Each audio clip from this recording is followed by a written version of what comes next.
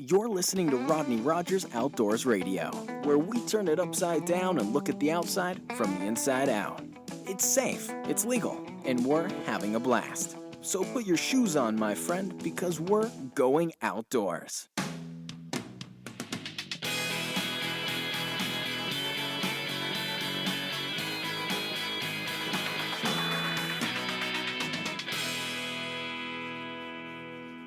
Welcome to Rodney Rogers Outdoors. I am Rodney Rogers. That is my partner, Coach Easy Crime. Welcome to our very first Mike and Rodney Fitness Podcast. That's when I'm talking. Mike the Man Coy himself. How are you, brother?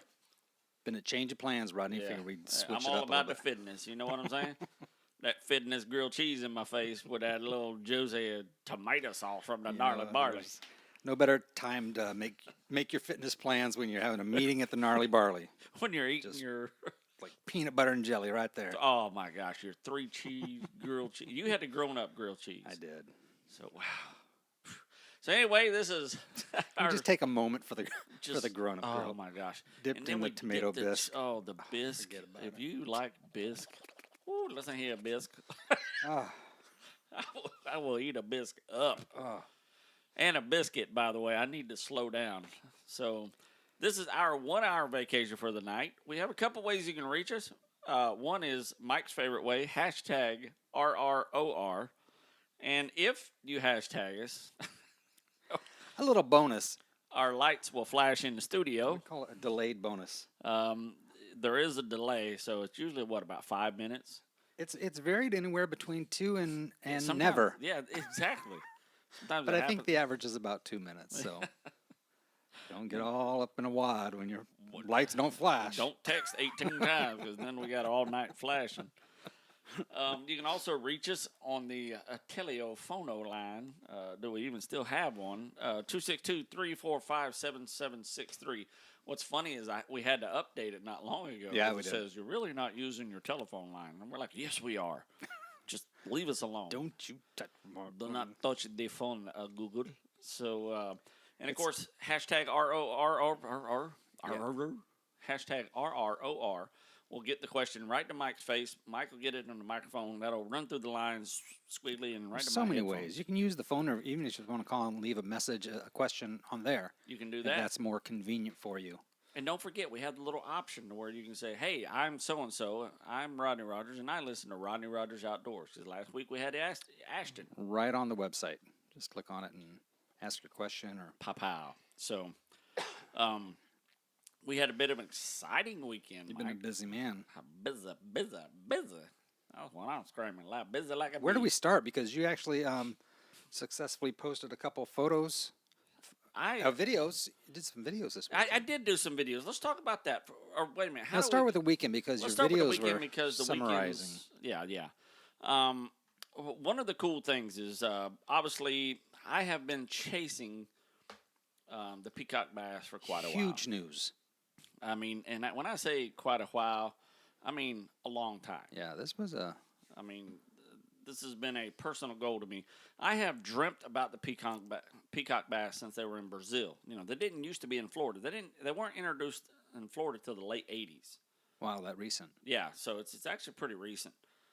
And I've always wanted to go to Brazil to catch the giant peacock. Sure. And it was just a fisherman's dream, but unattainable when you're, in your 17, 18. I can honestly say that I was sincerely happy for you when I saw awesome. that picture because So- I knew you'd been hankering for that for a while. It was absolutely hankering. So we went down and we did the Snakehead Tournament. There was a Snakehead Tournament that our friend Alan Beecher said, look, man, there's a Snakehead Tournament down. You got to come and get in it. And I said, Sponsored by the FWC. yeah, it's J.D. Bates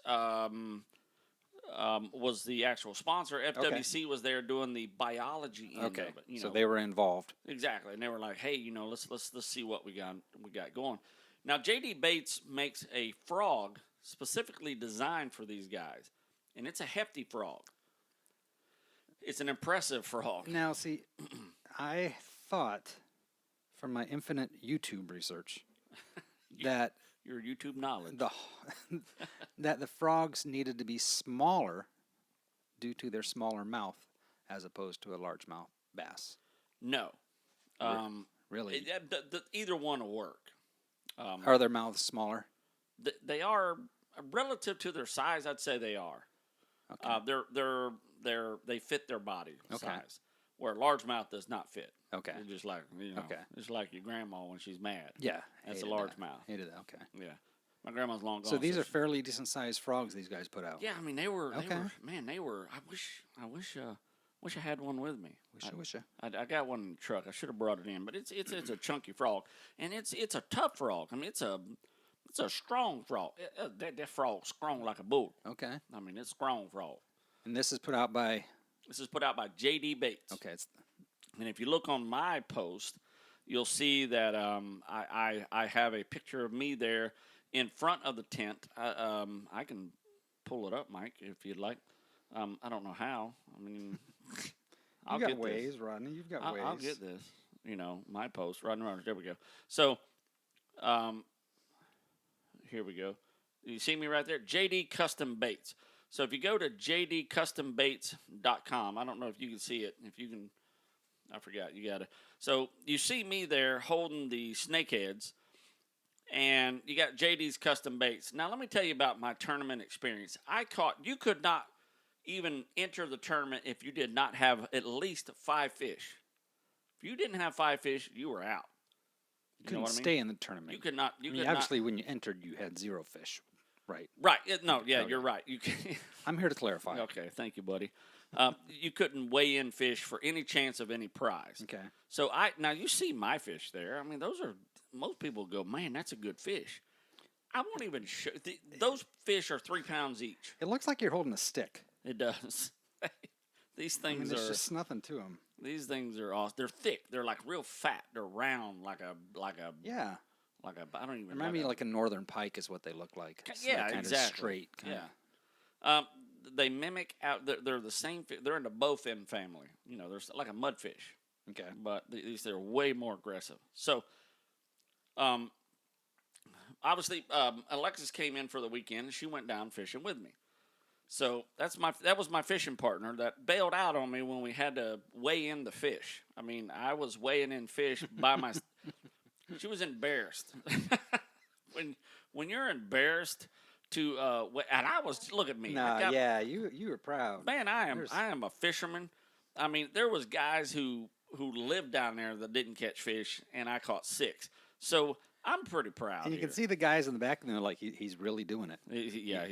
Dude, I'm gonna tell you right now, they all laughed at me because when you see that big white cooler on the right hand side there, that was full of one guy's fish that he just like, get this out of my hair. He had 25 fish that were, average weight was 7, 8, 9 pounds. Sure. So we were way behind. We weren't even close to winning, but it was such a blast. I mean, you were done by noon, morning. What time did you start? So we started sunrise. We started before the sun even came up. We checked in at 6 o'clock, and I caught the first fish. Literally, what's funny is I could not remember. I've been down the South Florida snakehead fishing before, sure, and I could not, for the life of me, remember where I put in to snakehead fish. Because it's been a few years. It's been about 3 years since I've been down there.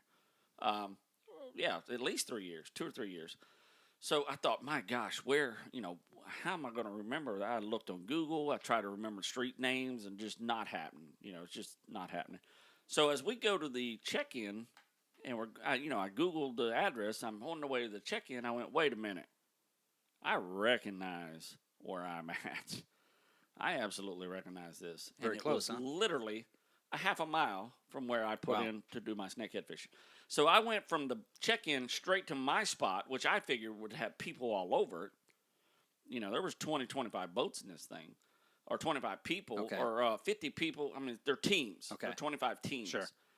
So I go in this thing, and I'm thinking there's going to be people all over my spot, blah, blah, blah. There was nobody there. So as I pull up, I make the first cast. Before I even put the boat in the water, I make a couple casts, and boom, I got the first fish. Wow. Right there. Pow. I'm pulling in a snakehead. High five. This is it. I'm on it like a hobo on a ham sandwich because, I got this. This is my tournament. I just got one fish. Now, he's a little feller. It's a start. It was a start. Yeah. That's a good sign. You know what I mean? So. You broke the ice. Orlando guy, Missouri girl. How do you not? No. This is good news. Solid. So we start fishing for the day, and it ain't long. I got another one, and it ain't long, and I got another one. I got 3 fish in the boat, and I text my buddy Alan. And I said, dude, we got 3 fish in the boat. Now I'm expecting Alan, my buddy who lives down there, to have 50 in the boat. And he's like, man, I can't find a fish. So I'm thinking, my buddy Alan lives down here. I mean, he's the man. When it comes to this is his world. He don't have any, so this got my hopes like really high. I'm like, I'm like up there. I'm like, oh yeah, I got this tournament. This guy lives here. He's the man. Now, it's happened to me. I live on Lake Toho, and I have skunked out on how many tournaments on that lake, yeah. When I should be the favored one. Yep. It happens. So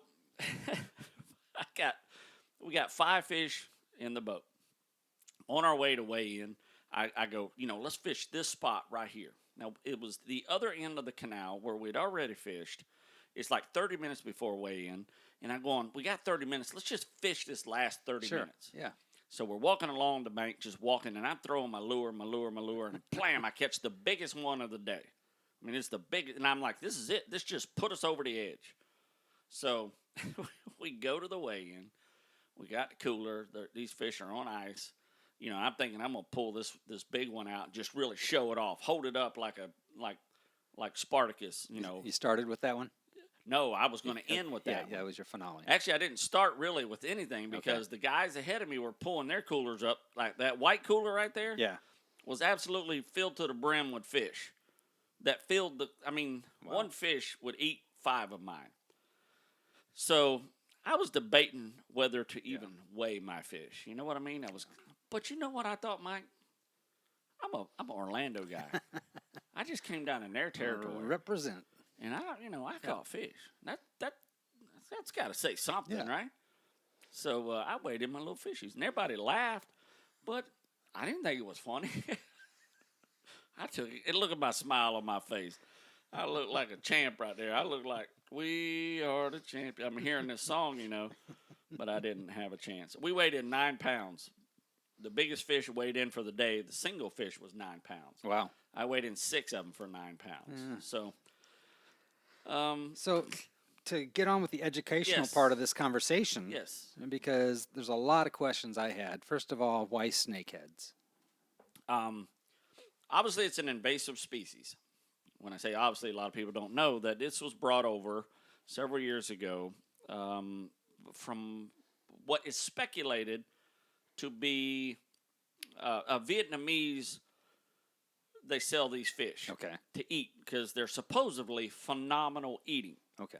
So they brought these over from Vietnam. I'm assuming they're very or Thailand, should I say? They came from Thailand. I'm saying same general area. Yeah. I'm assuming that they're a hardy fish in that it kind of survives well. Yes. Much like a tilapia, I'm assuming. More like a tarpon.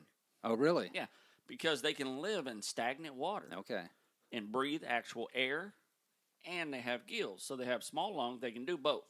So they can live in real low volume oxygenated water where other fish cannot live. Which makes it even more creepy. It does. Yeah. And they can live out of water for a couple hours, where a bass would live literally just minutes. Yeah. If at best, these things will live for a couple hours. So they're very resilient.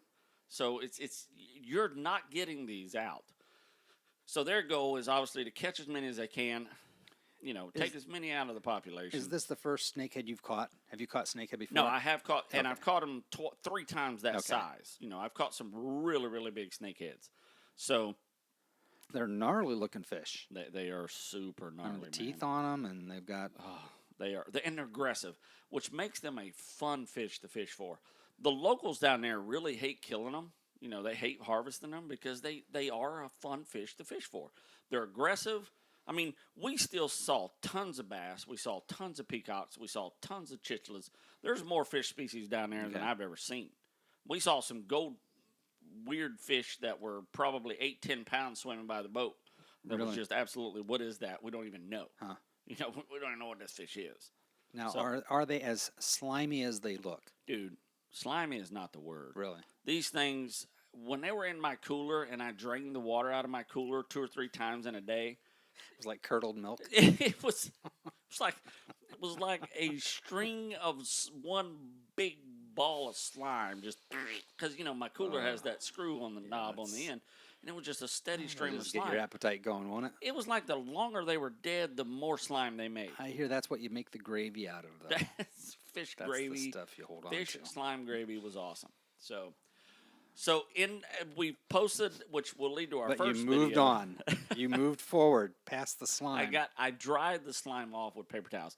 I actually went through a whole roll of paper towels on 6 fish, just trying to. I swear to God, just trying to get this slime off, and I kept cleaning the slime off the table, and it was just slimy. So I thought, my gosh, how do I clean these fish? I mean, there's got to be, there's a special way. Did you lip them? No, there was no lipping. No lipping these things? I actually bought the very clamps and clips that I make fun of. Yeah. I actually bought a pair because I knew. Seemed like this would be the time. This is definitely the time. These guys are just ridiculous. So, and that's where we got the video from. I made a video of how to fillet them, how to clean them, and how to cook them, and how to eat them. Yep. And I'm going to tell you what, 8.5 on the fish eating scale, Okay, brother. well, back up, because the cleaning part, they were gnarly to start with. Oh, yeah. And but even the cleaning part, when you cut that first fillet behind the gill, or behind the fin, and cut, just the sound of it. It was like gnashing of teeth. It was just... They have their stomach travels from their head. There was nothing appetizing about that whole process.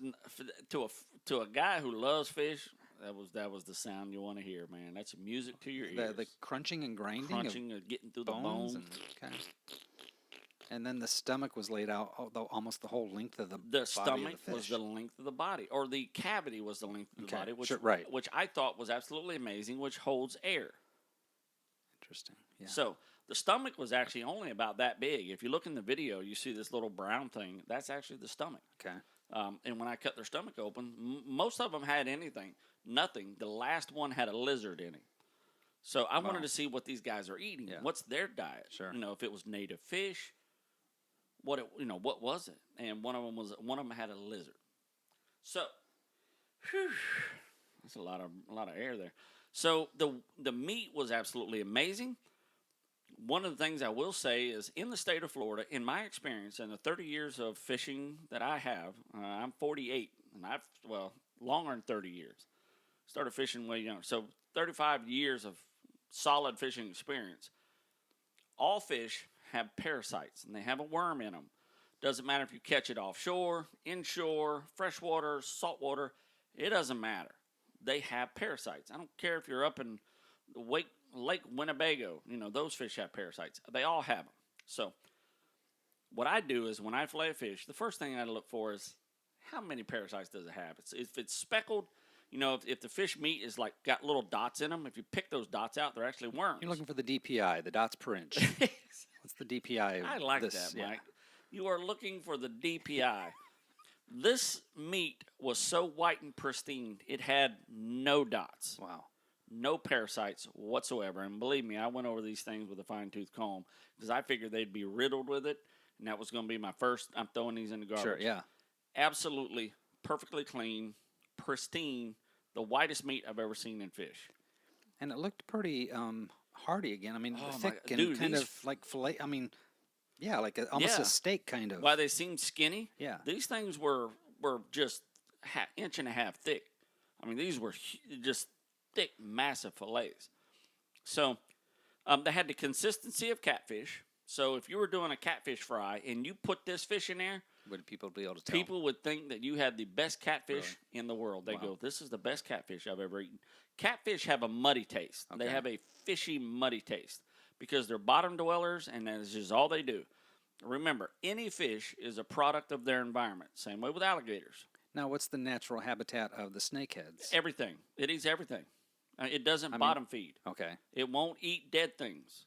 Not like a catfish. Okay, interesting. The snakehead likes that fast moving. If you got a twitch bait and you're just not twitching very fast, they're not really into that. They'll hit it, sure. But those guys are just aggressive, man. They'll run 100 feet to get that bait. So these things do not mess around. So, Very, very good fish. So watch that video on us. You gave it 8.5. I gave it an 8.5 on the fish scale. I It like actually scored higher than the Peacock Bass for you, I think. It did, actually. It did. And it scores higher in mahi for me because I'm not a big mahi fan because mahi is a bit fishy. It's just Really? It's just one of those fish that I'm That's not. an interesting comparison. I mean, to put it on the charts that way. Yeah, to me, I would eat this before I would mahi. You would go back out and eat more snakehead without reservation. Without reservations at all. As a matter of fact, I saved the fillets, and I cannot wait to cook those up. And I can't wait till the 17th, and I'm going to take all the fish I can. So you brought home one Peacock Bass. So I brought home one Peacock Bass, and I cooked it in 2 different ways, 2 different flavors. One flavor I liked way more than the other, but it is very good. It'd be a solid 7 for me. So it'd be right in that line with regular bass. Was it right in line with regular bass? Yeah, it is. It's a little more heartier meat. Okay. I mean, it's a little the fillets are a little bit stronger and thicker. So Peacock Bass I'd pick over bass. Oh, really? So I'd give it a 7.5 versus a bass a 7. Okay. So now, mind you, these aren't deep fried. I don't deep fry things when I can help it. So, but and then of course, obviously, we caught Peacock Bass. Our buddy Alan said, "Look, he took me out. He got me my first peacock, and man, whoa, Mike, when that bite was on the line, and that line took off, and he looked at me, and I looked at him, and I knew this was it. Wow. I was like, oh yeah, I don't know what it is, but it's just trying to rip my pole out of my hands. It's got to be a peacock." So when I pulled that up and I seen this color, man, doggy, you don't even know. You don't even know. And to get a male peacock on the first one, to have this one had a slight hump on his head, and it was just absolutely, a weight was lifted like you can't even imagine. I came down here, overdue. And I conquered this Peacock Bass. It's just absolutely phenomenal. I mean, it was at the top of my bucket list as far as fish goes. That's great. I mean, it's just, and it doesn't have to be a monster. It doesn't have to be a 10-pound peacock. But this was about 2.5, 3-pound peacock, and I'm telling you, it was just, oh my God, it was just absolutely amazing. And then we could now. The funny thing is, Mike, if I'm running too long, you tell me. You're good, my friend. I'll keep you on track. Alan was saying, look, these fish shut off, and if you read on these fish, it tells you 5 o'clock these things are done. It's like siesta time is over. They stop feeding at a certain time, and they're done. So it got close to 5, and he goes, man, this is it. We're done. I mean, and he wasn't lying. I mean, they just disappeared. We were seeing them on the banks, and I'll tell you some things that I learned from the little bit I did, and I'm by far a professional, is you're basically looking for, they're not as shy as largemouth bass. Peacocks, when you walk that edge, you see them. Okay. And I know because I've been down there many times and I saw peacocks and I didn't know how to catch them. I didn't know, what am I doing wrong, you know? So, I mean, they're aggressive like anything else. They'll stare at the bait, and if you're slow fishing it, they really don't want it. And if you start jerking it erratic, and it's a whole nother ballgame for them. They're like, oh, well, I need to eat this. Wow. So, it's another ballgame. I mean, you look for them. You're sight fishing peacocks is basically what you're doing. So, he gave us a couple spots. He said, the next morning we, go back to this spot, check this out. See if there's fish there. If not, he gave us one of his other spots, and sure enough, that's where there were. Oh my Lord, there were fish there. And I mean, it was absolutely. So how many peacock did you catch? We caught a total of 4. Now we could have caught many, many more. And I found another spot where it just snatched our line. Another spot that he didn't. He may have not known about it. We just kind of got off the beaten path and found another spot. But we caught 4, and the reason is because one of the hardest reasons it's hard to catch peacocks. Most of these lakes are surrounded by houses. So when you pull up to a pond, there's a couple things. You're trespassing, first of all. Or if you're not trespassing, there's like no fishing signs. And if there's not a no fishing sign, it's in a spot where you really can't park for very long. Right. You know what I mean? So it's like you don't have a lot of time. You're pushing some boundary somewhere. You're pushing some boundaries because every lake down there is surrounded every square inch by houses, fences, Sure. or something to that degree. So that's been my problem for years. So you got to have that friend that goes, okay, we can fish here, but we can't stay long, because we'll get We got to go. we got to go. One of those things. So you don't want to overstep those boundaries. And I've got a ton of email of, hey, where did you fish? Where did you fish? And I will tell you this. I would never give away a spot that was given to me by someone I fished with. And I've said this on the show before. If I find the spot, like I'm going to give the Snakehead spot away, I don't have a problem because I found that. It's not anybody's secret spot. And it is a public location to where they have a public boat ramp. Yeah, that makes a difference, of course. So that I'm happy to give away. And there is peacock there. So it's not like you won't catch a peacock. We just didn't, So that spot I'll give away, but I would never give away. Alan gave me those spots in confidentiality. I'm not so sure I could actually get back to them. Sure. I could probably today, but a week from now, it's so confusing down there. I don't think I could get back to them. What'd you catch the peacock on? We caught them the second day. We caught them on artificial, but the first day was we actually used live bait. Okay. Which is it's peacock candy. We did get live bait the second day as well, which they love way more this time of year. The water's hot. The sluggish is, the fish is super sluggish. So live bait makes all the difference. So yeah, it's a whoo. That's a who? The second day I caught the biggest male with you're looking for that big knot on their head, and that is the trophy peacock. Is when you get that knot, there's just knot head peacock, man. That's one stripper name back in the day, knot head peacock. So it was phenomenal, man. To me it was an absolute hands down successful weekend. We caught snakeheads. To me, that's the South Florida deuce fecta. I would like to say trifecta, but. I had a trifecta. I caught largemouth bass as well. So I had a trifecta. I caught bass, peacock, and fair enough, snakehead. So I caught all three while I was down there. So I had the trifecta. Voila. That's a good weekend, bro. It was an absolutely phenomenal week. I just absolutely couldn't get enough of that. Yeah, and then to come home and fry them up like that and get a couple nice videos out of it and let us watch you eat food. Check out our YouTube, Rodney Rogers Outdoors. Mike, you may have to reclassify that YouTube video. I don't know where I put it. Okay. So we'll search for it. Yeah, you got some magic going on. You can definitely go on our Facebook and pop it up there and jam on it and just tag it from there, and I'll be happy to send you the link. But we'll repost it again. So it was just absolutely hands down phenomenal. Did I talk too long? So is that a possibility? Is that even an option, Rodney? So it was a phenomenal weekend, man. I absolutely loved it. Anytime you can, check something off your bucket list, it's fantastic. That's great. There's a solid check on the bucket list. Check huge mark. check. So, whew, Mike, it's your turn. Well, let's get into. We have just a little bit of top news. We have a closure going on with blue crabs. Oh, okay. Traps must be removed from state waters. Hang on, I just clicked on something I shouldn't have clicked on. Now, when you go to the FWC website, look for state water blue crab closures. Remember, there's even and odd dates. So keep your eye on the even and odd dates versus counties versus location.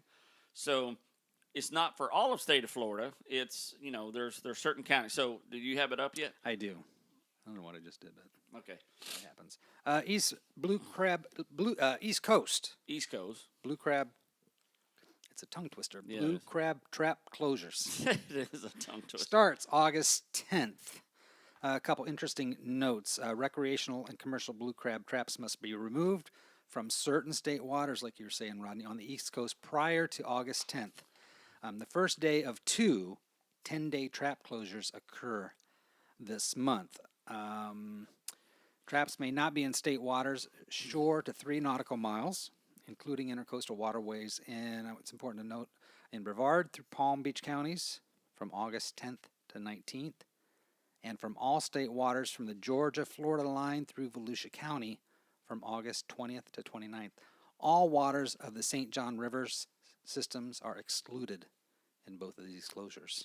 Oh, wow. Okay. Interesting, right? Yeah. These closures give the authorities, the FWC, the opportunity to identify and retrieve lost and abandoned blue crab traps from the waters. And this is really the key point. That is absolutely the key point. Because if you notice when we're diving or anything like that, there's a lot of loose traps that are going around. And if you look at your crab trap dimensions and specifications, there's a wooden door, which to me, because if these things get trapped, a boat hits the line, pulls the buoy off, or one of the buoys just pop off for whatever reason, then you have this trap can just fill up. That's it. It's still catching things. And it's still catching and nobody's things. You can't even find it. So it's their chance to find the lost traps that belong to nobody, and and it's still, you're not going to find the ones that are underwater. That's exactly right. We'll do it this year. When we get to the Keys, we'll find lobster traps the same way. Yeah, they said closures may be reduced in duration if it's determined that the number of lost and abandoned traps in the region will take less time to remove. Lost and abandoned blue crab traps are a problem because they can continue to trap crabs and fish when left in the water, and they can also be unsightly in the marine environment, damage sensitive habitat, and pose navigational hazards to boaters on the water. I think it's that. I mean, it's a great idea. So they close it down to get the. So hey, you get your stuff out, because what's left is we're gonna clean them out. Yeah, exactly. And it's a give and take kind of situation. You know what I mean? These traps, what they do is if they're in that grass or even on reefs, they just bounce. They'll bounce and destroy reef on its way. So if you got a company that has 200 traps out there, and you got 31 companies, you got 600, 700, 800 traps, we're beating the riffs. So yeah, it's just their chance to tell everybody get out of the water for a minute, because we're gonna reset. It's up on your screen there. Just for more information, call. You can go to fwc.com/fishing. Or you can call 850-487-0554, which is the FWC's Trap Removal Coordinator. Quick view of the map on those East Coast regions. Keep that in mind if you're a blue crab. If you're a blue crab guy, that is an important, absolutely important thing to have. Yeah. So you gotta like that, is what I always say. You know what? Also, I haven't done a lot of the reading of the FWC Law Enforcement. Oh, yeah. Because they get a little repetitive. Right. And I start feeling bad for the FWC officers, because I realize they spend a lot of their time just being cops. Yeah. Yeah. I mean, I read through the reports looking for something a little different, has some educational value, rather than just Billy got busted for whatever. But there's a lot of that. Right. I mean, these. Well, you're reading. I think you're reading the enforcement side as well, not the biology No, side. well, it's still the same officers, though. Am I right? No, you're wrong. Yeah, the FWC, while the officer is technically a biologist as well, his main focus is the enforcement of wildlife game. Right. So, but they have totally separate biologists, like the one that was down there helping us. Right. No. Right. I get you. Right. Okay. But these are the same guys who are out doing what do they call them when they come aboard your boat to check your license and your fishery inspection or a harvest inspection. They're the guys patrolling the waterways to make sure that. Right. But so there's some shenanigans going on over here. These guys get the call, and a lot of times it's just people up to no good. That's exactly right. Having nothing to do with fishing in the outdoors. So a lot of these reports are filled with that kind of stuff, which is, I don't want to spend the time on our show talking about these people who are just schmucks. Yeah. I mean, it is, and yeah. So. But it's part of the deal, I suppose. So. Yeah. On the flip side of that is be alert when you're out there. Absolutely. Because the wilderness, I suppose, is a good place for a lot of these guys to go, where they think they're just kind of not being watched and can get away. If you look in the picture, I mean, you don't have to pull it up again, but in that picture to my right, in that picture, you'll see the biologist waiting for my fish, And then he asked me, very politely, asked me, are you keeping your fish? Yeah. He goes, okay, great. Do you want some of these other fish? But they're there. His questions are, how many fish you catch? They weigh them. Yeah. They count them. And his next question is, did you catch any bass? You know, they want to know, what else are you catching? Sure. Yeah, no, exactly. And that is a totally different. Is that a different person rather than the enforcement side? Now, if I had an illegal bass there, his only recourse would be call an FWC officer. He could not give me a ticket. Really? Yes. Okay. He holds no enforcement whatsoever. And that's what I keep trying to tell everybody. When you see that biologist at the ramp just trying to get your information, they cannot enforce. But you see an FWC guy out there. You're scared. Well, you're not going to know. Yeah, you don't. Yeah, you don't. Is he there checking to see if you've got stuff over the bag limit, or is he there just There's really a doing very investigation? easy way to tell the difference. I'm all ears. Man got a gun on his side, he the man. Oh. Man got no gun on his side, he's there for biology purposes. He's got a couple Whoppers and a bag of fries over there. Exactly. If he's got rubber gloves on, he just wants to funnel your fish. You know what I'm saying? And if he ain't got no rubber gloves on. But there is the biologist side, and you're right, especially when it goes to a tournament like you're in this weekend. Yes. A lot of that information is gathered. That's exactly right. They're to help there them to in get the that overall information. goal. Yeah. Where now they can look at this and go, this is only 25 guys. Yeah. And we just pulled in 150 pounds. But you're absolutely right. I mean, what I'm reading is the law enforcement they put out per county, and I think it's biweekly. But there is some good informational stuff, and sometimes you have to really read through it to find it. I'm going to read you one that really. Let me just read you one here. Okay, lay it on me, Mike. Foot Patrol Officer, Plusa, near Longboat Key Bridge in the Middle Keys, checking out a lot of these this week. Guess what I had to do Lobster. with? Lobster. Oh, yeah. Lobster. Guess how many people did not follow the rules There's a bunch. when it came to the lobster ring? The keys are full There is of... oh, my gosh. They're overtime right now. Case in point. Yeah. I continue. Observed a subject actively taking lobster under and off of the rocks near the bridge. He asked the subject to hand him his catch bag for inspection. The subject stated his bag was for himself and the two other snorkelers near him that were on the shore. Upon hearing this, the other two separate people on the shore stated they were not with this guy. Only one person in the water stated that he was with the suspect. He directed him to exit the water for inspection. The subject then stated that two female subjects they were also lobstering with were with him in the vehicle. Well, both of them were in the vehicle, asleep and wearing dry pajamas. So the subject then told the officer that two other friends of his were lobstering with him, and they had left. He could not remember their names, nor explain why they left without their lobsters. The subject's catch bag attached to his person in the water was found to contain 26 lobster. Wow. 7 of which were undersized, and 1 of which was speared and harvested by illegal means. Wow. FWC Officer Barrett arrived and informed Officer Plusa that he had checked this same group earlier in the morning and told them that after they just arrived for the second day of mini lobster season, something. They also found 13 additional lobster in the suspect's cooler in the vehicle, bringing his total to possession of 39. Wow. Cited the second driver for over the limit of lobster and arrest of the suspect. Booked the primary suspect in the jail. He actually went to jail. A lot of them just get citations and to hear. Well, undersized and speared, punctured, and spiny lobster harvested by illegal means. That the fact that the other officer was there earlier probably gave them a warning. Said, "Look, let's keep an eye on these." What? Yeah, no. Yeah. And then poof, they do it anyway. They're taking you to jail. Yeah. His first round should have been okay. You know what? We just had serious stuff, though. I mean, yeah. People like free lobster, 39 lobster. You're allowed 6. I'm going to give you a bonus one since I haven't read one. Let me have it. This one is this was a public service announcement. Okay. I like those. FWC received complaints. It has nothing to do with fishing. Okay, Rodney? Okay, I'm in. That a boat and PWC rental livery. Personal watercraft. Thank you. Located in Pompano Beach.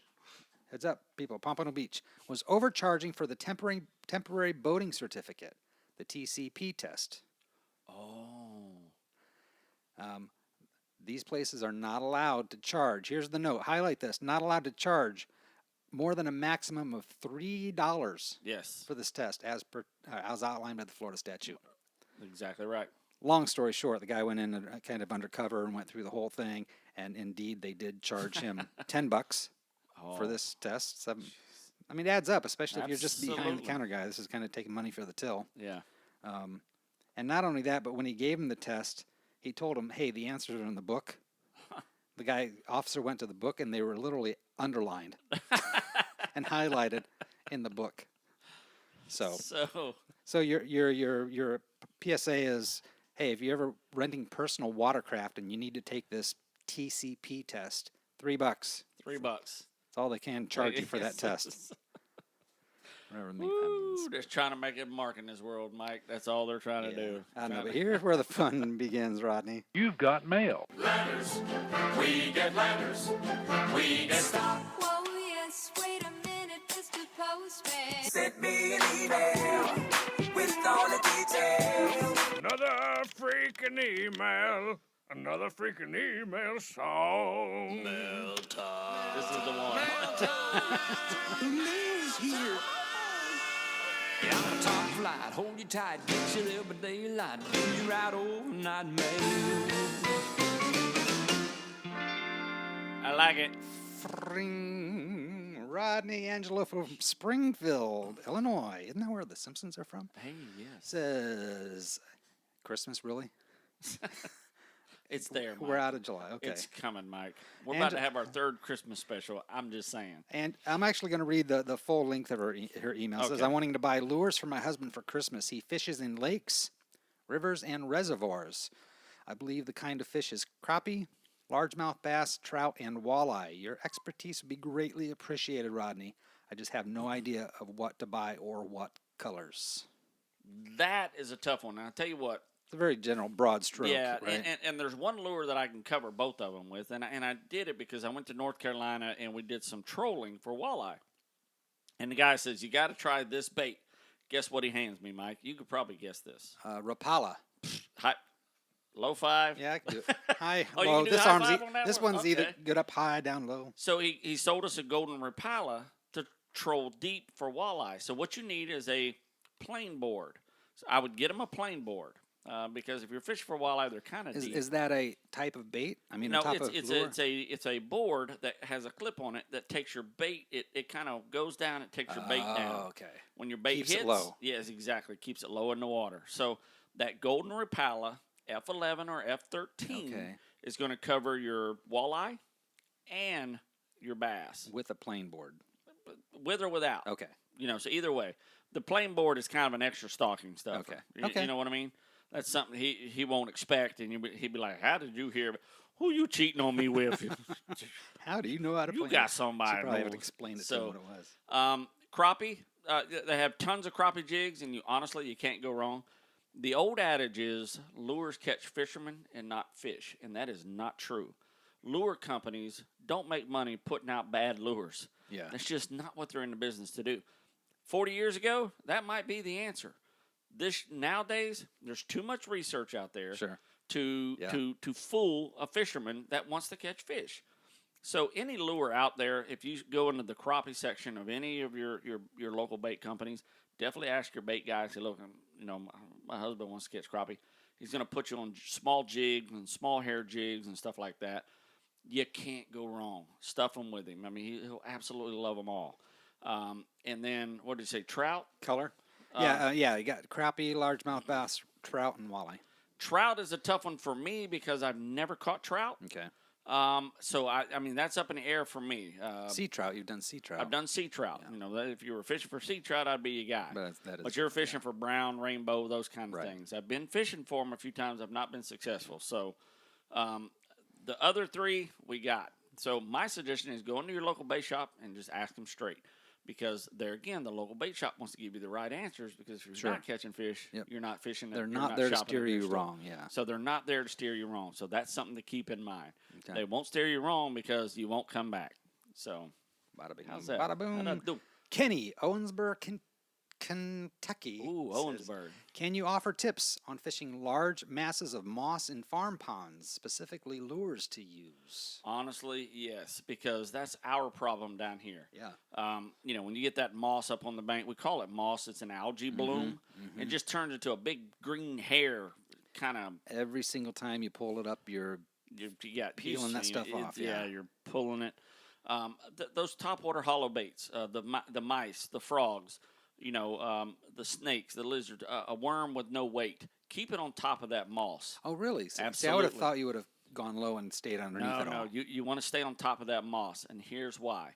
As the sun shines down on that moss, guess what the silhouette they see in the is? shadow. Yeah, so fish it slow, pop, pop, pop, jerk, jerk, jerk, because frogs and mice and snakes and worms, they can't get through that moss They're either. going to run on top So of it. they'll run on top until they get to the water, and the bass are just waiting. They're just sitting there, and they're waiting, and they will explode. Now, here's the trick. Here's the key. When they explode, they're going to miss that bait. 90% of the time, they will not hit that bait. Immediately throw it back out. Now you have an open hole. Okay, because they've This dispersed bass, some of that. exactly. This bass knows what he's doing. So that bass is hitting it in hopes that he'll get it. He'll set back up over the open hole he just made for himself. Really? And he'll wait for that thing to come back across. And when you bring it back across, hang on. There's a 99% chance he's going to hit it in that open hole that he just made himself. Wow. So that's 30 years experience talking to you. You're welcome. That tip alone, most people would have walked away at that point. Absolutely. Or they were like, thrown I a just different missed direction. that bass. Yeah. No, get it immediately. Reel it in as fast as you can. Toss it right back out past that open hole, and then slowly bring it in, and then pow. Guess what's going to happen? They are literally going to watch that bait until it gets to their spot that they made for themselves to hit something else. I've seen it happen millions of times. Wow. That's just how you do it. You are doubling down on the answers tonight, Rodney. We might know a little That's something about this. very impressive, Rodney. Jeremy, Poinciana, right around the corner from you. Poinciana, Florida, says, I'm going to read his email. He says, could you give me some ideas of how long reel line will last before it needs to be changed? I typically only go fishing about 8 times a year, so it physically doesn't get a lot of use, but it must degrade in time and weather when it's not used. My type of fishing is coarse for carp, bream, and trench. I don't know what that is. I'm sounding out his words. Yeah. So thanks in advance. I'm going to reach in my bag of goodies here, Mike. Ooh. Funny this. Now, you and I have not spoken, right? Well, we've spoken, but not about this. We've spoken, but speak not a about lot. the questions. So, just so you know. I can't begin to tell you how excited I am. Let me look in here. Mike. Like Christmas all Okay. over again. So, this is key. It's called Real Snot Line Conditioner. They make several different kinds. Real Magic. There's just so many line conditioners out there.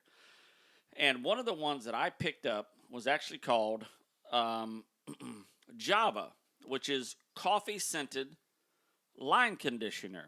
And it's made specially for braided line. And this is kind of my new go-to line conditioner. So the question is, how long can this line be on my pole before it's changed out? And I'll tell you this. Depending on your line, if you have braided line, it can go a lot longer. You still want line conditioner because it still frays. Still frays, and it still needs conditioning. There's 2 different types. They make 2 different types. I met the owner of the company. Remember, they do not sponsor us. We try products that we like, we use, and we love. And this one I absolutely love. It allows you to. What was the second one you held up? The second one is the Real Snot. Is that the coffee? No, see which one's the Java? Oh, actually, yeah, this one is the coffee. So the light one is the coffee. What's the first one? Just snot flavored?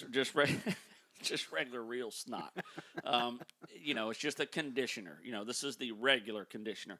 There's no petroleum in it, so don't be afraid to spray it on your line. We often think that we don't need conditioner on braided line. Now, braided line will last a heck of a lot longer than monofilament, fluorocarbon, and such like that. But you know how when you cast your pole out and you have these rings in your line when you have monofilament? This line conditioner will lessen those rings and make your line last longer. it kind of relaxes it. It's like a hair conditioner, kind of thing. I mean, that kind of has a multi-purpose Oh, function yeah. then, right? I mean, there's a lot Absolutely. of advantages to this. It helps it glide through your eyes of your rod. It helps it. I mean, there's so many things that it does. Does it help with the tangling? That's exactly right, Mike. Or the glad fish? Yeah, the fish, not the fishnet. yeah, you get the fish cookie for the night. Thank you. And that was my next thing. love me some When, fish when you get a cookies. backlash, it helps the backlash to come out Okay. a lot easier because it's actually lubricated and it's not so tightly knit in there. So it helps for a lot of things. If you're not using line conditioner, there's tons of line conditioners out there. And the only reason I'm telling you about this one because I'm using it and it works. Yeah. When I'm done fishing for the day, I spray it on my line, and I use the Java, and only because I want scent in my line. Right. Braided Sure. line's going to hold scent.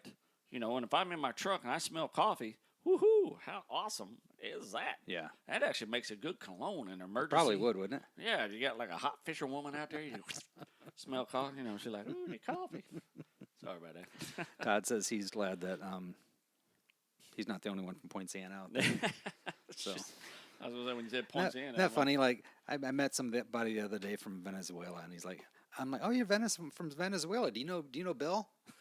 It's like, no, it's kind of a big place. It's a big place, right? A really big place. Venezuela's not a good place right now. All right, last question, Rodney. Tosh from Titusville, Florida says, "I'm new to bow hunting. What's the best type of broadheads for white-tailed deer?" We haven't had a hunting question in a while. It's been a while, and it's funny because we got hunting season starting in a couple of weeks. We haven't even touched on that. That'll be next week's show. We'll be backing off fishing a little bit. We'll be into the hunting mode because we got gator season coming, we got deer season, we got turkey season, we got all these seasons coming up on us. So let's pull down the fishing a little bit and let's talk about broadheads. We got a few minutes. Okay, we're getting close. First of all, what's a broadhead? The broadhead is the razor tip that goes on your arrow. Now look in your area and see what's the largest, the minimum size broadhead. So most minimum sizes will allow you to cut 1 3/4 inches. So in other words, when you shoot that broadhead, it has to open up. So this is part of the regulation? This is part of the regulation. It has to go in and cut 1 3/4 inch hole into the animal for a humane harvest. Okay. Does that make sense? It does. A lot of people don't know that. I did not know that. Yeah. So you have to be able to know what your minimum cut length is. Where do you find that out on your right on the FWC website? Okay. Yeah, they have the broadhead specifications. Okay. So there are two types. There's fixed and mechanical. I use mechanical, and here's the benefits of the two. Fixed broadheads have been used since the Indians. Now they have a lot of fixed broadheads with 2 blades, 3 blades, 4 blades, blah blah blah. There's just so many blades on some of these, and a lot of hunters shoot these blades, and the blades sometimes veer the arrow, make it do wonky things. The mechanical broadheads fold up to look like a field tip. Okay. And they only open up on impact. So when they hit, they open up.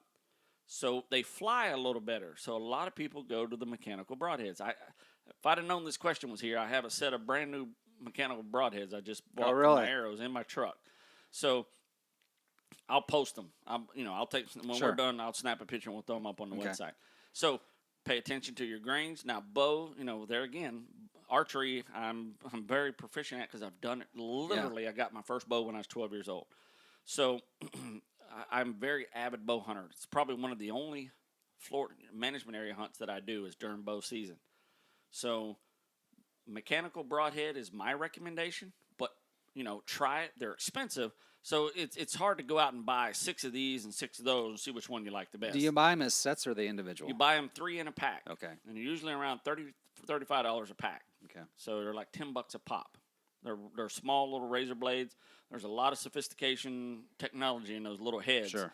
So, and they give you a practice head, which is the exact same thing that just doesn't open. Okay. You know what I mean? Sure, yeah. To shoot your target with, to see how your arrow flies. Okay. So, man, it's still debated. Yeah. My thing is spend the money because you have to. It is your obligation as a hunter to make the most humane kill to that animal that you possibly can. Your most ethical shot has to be made, and your most humane kill. And that is one thing I do not falter on. I passed up a lot of deer because I couldn't get the perfect humane shot. I could have shot them in the butt, slowed them down, and put another arrow in them. That is not my deal, and it shouldn't be yours. If that's your way of thinking, you're wrong. You need to be ethical. Sure. This is a live animal. Yeah. So, so what do you think about that? I think that's good How'd stuff. we do? Did we answer it? We did great. Yeah. You did great. Oh, I did great. you did great, Mike. So, I didn't stutter. we did not. I watched my language. We did That's good. very well for that. Very well. So, Well, let's talk about upcoming dates. First of all, you're going to be live tomorrow at Universal Studios. You're right? no, I'll be Thursday. Oh, you're not at Universal tomorrow? I am because I work there. Oh, different. We'll be at Kicks for Guns Kicks for Guns on Thursday. on Thursday morning. We'll be there narrating with Monsters in the Morning, or for the Monsters in the Morning. So if you have an unwanted gun, if it's stolen, you're not sure about it. Yeah, this is important. The key is that you don't think that this is a way that we're taking guns off the street. I'm a very avid Second Amendment guy. Yeah. You know me by now. Hopefully, if you're listening to my show, this gets tons of unwanted guns off the street. And don't start sending me messages of how can I buy them. It's wrong. These people don't know what they got. They're unwanted guns. It's none of your business. If you want your guns, keep them. These people do not want them.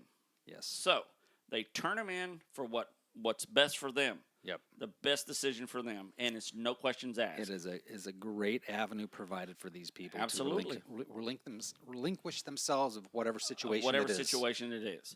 Exactly right. They Done. don't take pictures. Yeah. They don't. You come up, you dump your gun, and you leave. Yeah. And they find stolen guns every year. We have people that turn in stolen guns. They don't know who they are because we don't have time to run the guns while they're standing there, and we wouldn't do it anyway. It is absolutely. It would blow the whole purpose of it. It would blow the whole purpose. This gets 2,000 guns a year off the street. Yeah. 2,000.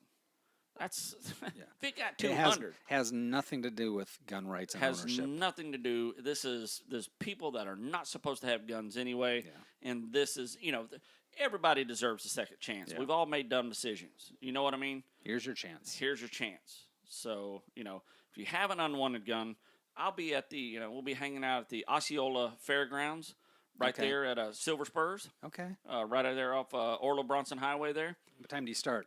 7 a.m. Okay. They take the first. They open up at 7 a.m. and there's always people waiting. So 7 a.m. You pull up. You don't even have to get out of your car. Just say I got it in the trunk, or you put it in a bag. Don't come get crazy. Yep. Because there's a lot of sheriffs there. Yeah. So if you're coming to get stupid, Not the police. and don't be the guy that sit out there. Last year we had Detective Barb on. Remember that? Yeah, sure. Don't be the guy to sit out there and try to buy guns from people coming in because they will not be nice to you. Just don't be that guy. Don't be the guy. It's a great opportunity. Yeah, and if you can't participate or don't have the need to participate, spread the word because it's a great thing they're doing here. Absolutely. It's and we participated in it every year. They've done it for 14 years, and we've been a part of it for at least 8. And if nothing else, tune in just to hear Rodney give him your support. Give him, Just him on the exactly radio. right. So turn on Real Radio tomorrow Rodney, or Thursday. Rodney. In the meantime, I'm actually making an appearance tomorrow, PRG. Good for okay. Well, at least I'm scheduled to. If the fishing's good, you might not. It's still up on the air whether I'm going to be holding to that commitment. Yeah, if there was a lottery number coming in tonight, we might not. I've been known to drop my end of the bargain once in a while. Once in a while. Dude, that's it. Telling me. We work this new Keys plan, man. We'll be in business. Good stuff, man. Good questions tonight. Good answers. You came ready for bear tonight. So yeah, that's how we do. I mean, sometimes we know our stuff. Thank you so much. But let's wrap this up and go get some pictures of those. Let's broadheads and put them up. So, Mike, do we have anything else? I know I'm getting hounded for this concealed weapons class. So, me and you will build a plan of the best way to attack it. The key is I want it paid for before we go to the guy this time. We'll build a plan. So I promise you out there, if you're listening, we'll have a plan in the next few days. We'll make the plan, then we'll work the plan. And then we'll work the plan. So I know everybody's sitting there with their money, and that's what we want to do. We want to take it, not for us to make money, but to get everybody their CCW. Absolutely. It's getting that time. So Mike, you got anything else? Let's head out. And as my mama Yeah, said buddy. 18 gazillion times, and I pray to Lord Jesus himself, I get to say it half as much. You kids, wherever you're at here, you get outside and stay.